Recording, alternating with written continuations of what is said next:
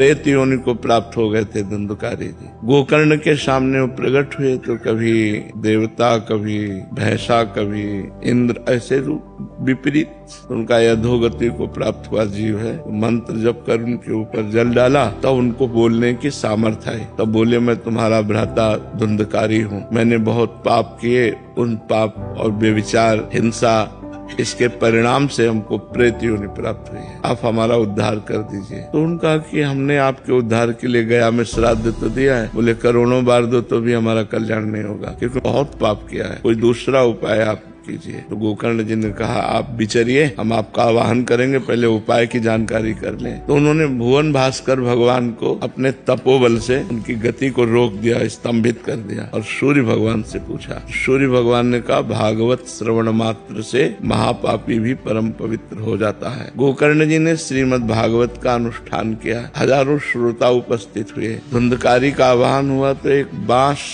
7 गांठ का उसके ऊपरी छिद्र पे बैठकर वो प्रेत सुनने लगा। प्रथम दिन प्रथम खंडन गांठ का हुआ, इस तरह से 7 गांठें फटी और वो दिव्य भगवत स्वरूप होकर प्रकट हो गए। प्रेत योनि से मुक्त होकर भगवत स्वरूप, और विमान एक आया और धुंधकारी उसमें बैठ करके परम धाम को जब जाने लगे तो गोकर्ण जी ने रोक दिया। भगवान के पार्षदों से कहा, एक ही विमान क्यों, ये और भी श्रोता है, सबके लिए विमान क्यों नहीं लाए? तो उनका और श्रोताओं ने श्रवण किया, केवल मनन नहीं किया। ये भूख और प्यास सहता हुआ रात दिन कथा का श्रवण और मनन करता था। तो मनन के प्रभाव से विमान आया है, श्रवण के प्रभाव से नहीं, मनन के प्रभाव से विमान। अब अगली बार जब कथा कहिए तो सब श्रोता आपके श्रवण करें और मनन करें, तब फिर इनका उद्धार हो। तो अगली बार कथा कही और जब सबने मनन किया तो शास्त्रों विमान आए और सब भगवान के